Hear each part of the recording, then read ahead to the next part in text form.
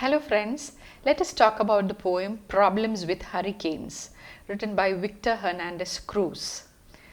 Victor Hernandez Cruz is a poet from Puerto Rico, and later on he moved to the United States, and he is a contemporary poet who's considered as one of the greatest American poets now.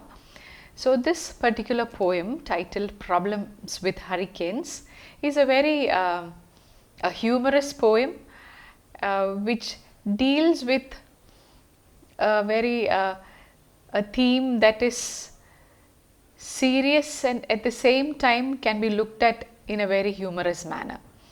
So let me just read the poem first. This is how the poem starts. A campesino looked at the air and told me, with hurricanes it's not the wind or the noise or the water. I'll tell you, he said. It's the mangoes, avocados, green plantains and bananas flying into town like projectiles.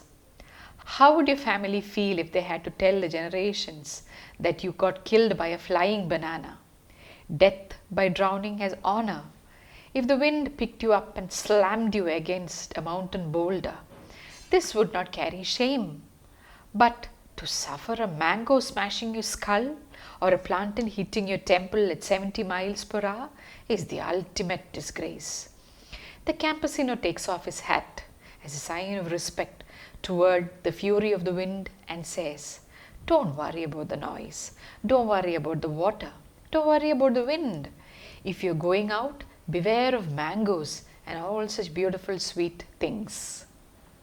Okay, so that's the poem Problems with Hurricanes. So let's see what the poem tells us. In the first stanza we have a campesino. The poet or the narrator is talking to a campesino or a farmer. And now they live in a land of Puerto Rico and the places around. It is a land of hurricanes and rains and winds. And so the hurricanes are something that happen on a daily basis there. And this campesino, from his experience, he's a wise man, a man of a lot of experience, a man who lives with nature, so he knows the nuances and the features of nature.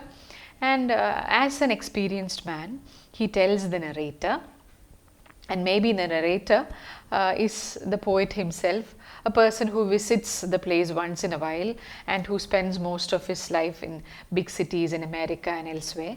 And so this man, the campesino, is trying to kind of acquaint him with the nature of disastrous hurricanes. And from the title, Problems with Hurricanes, you are made to feel that it is something really serious.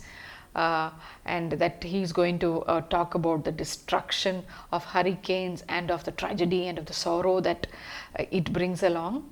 But the poem is very different. So here the campesino, he looks at the air and he knows that when a farmer looks up at the sky, he knows a lot of things that a city dweller may not know. He knows when it's going to rain, whether a rain is imminent, whether there is going to be wind. And so he looked at the air and told me, with hurricanes, it's not the wind or the noise or the water. So these are the things that we usually associate as the destructive factors of a hurricane, the wind or the roaring noise or the water, the flooding water. But he says, let me tell you, none of these things are the real problems with hurricanes. It is the mangoes, avocados, green plantains and bananas flying into town like projectiles. So this is something quite unexpected. He says the wind is not a problem, the noise or the water are not really, we don't really have to worry about them because those we expect with a hurricane. But he gives us a very astonishing piece of information. He says, beware of mangoes, avocados, green plantains and bananas flying like projectiles. Okay, so these harmless fruits, these tasty and sweet fruits suddenly take on a very kind of a dangerous dimension. And as they suddenly appear as something that should be avoided, which we should beware of. And so he says that they fly into town like projectiles, like missiles, or like bombs that are released from somewhere, these fruits, they fly into the town like projectiles. And then he says, how would your family feel if they had to tell the generations that you got killed by a flying banana? So he says how humiliating it is. Have you ever thought of it? How humiliating it would be for your family to remember you as somebody who died because a banana hit you. So now, and he says, let me go on to the next stanza. Death by drowning as honor. If the wind picked you up and slammed you against a mountain boulder, this would not carry shame. But to suffer a mango smashing your skull or a plantain hitting your temple at 70 miles per hour is the ultimate disgrace. Okay, this idea about death, of course, we know is something that is inevitable, and all of us would die one day.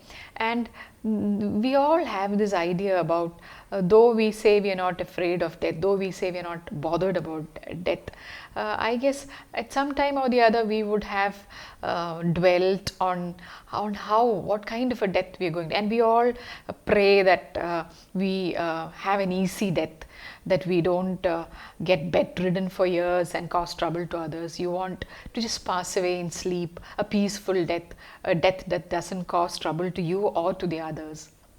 And I remember when I read this poem, I was reminded of one of my teachers who taught me in the early years of my college, who used to tell us, she was a very religious and a very devout person, who used to tell us about the necessity of prayer. And I remember once she told us that when you pray, among the many other things that you pray for, you should definitely pray for a good death. And she said how disastrous, or how, this is exactly what she said, how humiliating it would be if you fell into a ditch and met with your death. So isn't that disgraceful? So pray to God for a honorable kind of a death. Now that is what I was reminded of when I read this poem. Because here this man says the same thing, that if you die by drowning, that is honorable. It's a kind of a heroic death. Or if the wind picks you up and slams you against a boulder, it might be painful, but then even then, that is a kind of a death that the people who come after you, your family, can talk proudly about. But then how shameful it would be to die just because a banana hit you at 70 miles per hour. How would you even tell the others? If somebody asks you how this person died, how would you tell them that he died because a banana hit him or a mango smashed on his forehead? That is disgraceful, isn't it? So this is what the man says. And again, this reminds me of something else too. I remember reading the essay on Mahatma Gandhi by Louis Fisher. And somewhere down the essay, I remember reading a line where he says that the kind of death that Gandhi met with, that is death by a gunshot, he says that was, though not in exactly the same words, the sentiment that Louis Fisher voiced was this, that was the most befitting death for Gandhi, for a man who spent years and hours of his life talking about the necessity of non-violence. There is no better, because now people would remember for him forever. He has become the prophet of non-violence. And so he says that how would it be if Gandhi died of a fever? So this was the best kind of death that Gandhi could get. So this again comes to my mind when I read this particular poem, because this thought is something that must have occurred to us at some time or the other. Not, maybe you may not think of your own death, but when somebody dies, you would say, oh my God, what a way to die. Or when somebody dies in a very kind of heroic manner, you say that if you die, that is how you should die. So this is the point that Victor Hernandez Cruz is making here, and it is not a great philosophy, but it is something that common men, people think of. And so this is, the farmer tells him that it would be really disgraceful, and then he takes his hat off as a sign of respect, he says, towards the fury of the wind, and he once again tells the narrator, don't worry about the noise or the water or the wind, but if you are going out during a hurricane, or if you're going out at a time when there is a possibility of a hurricane, beware of all such things like mangoes and other such beautiful sweet things. So he is also telling us about how sometimes even seemingly innocent things can turn out to be life threatening. That's what happens here.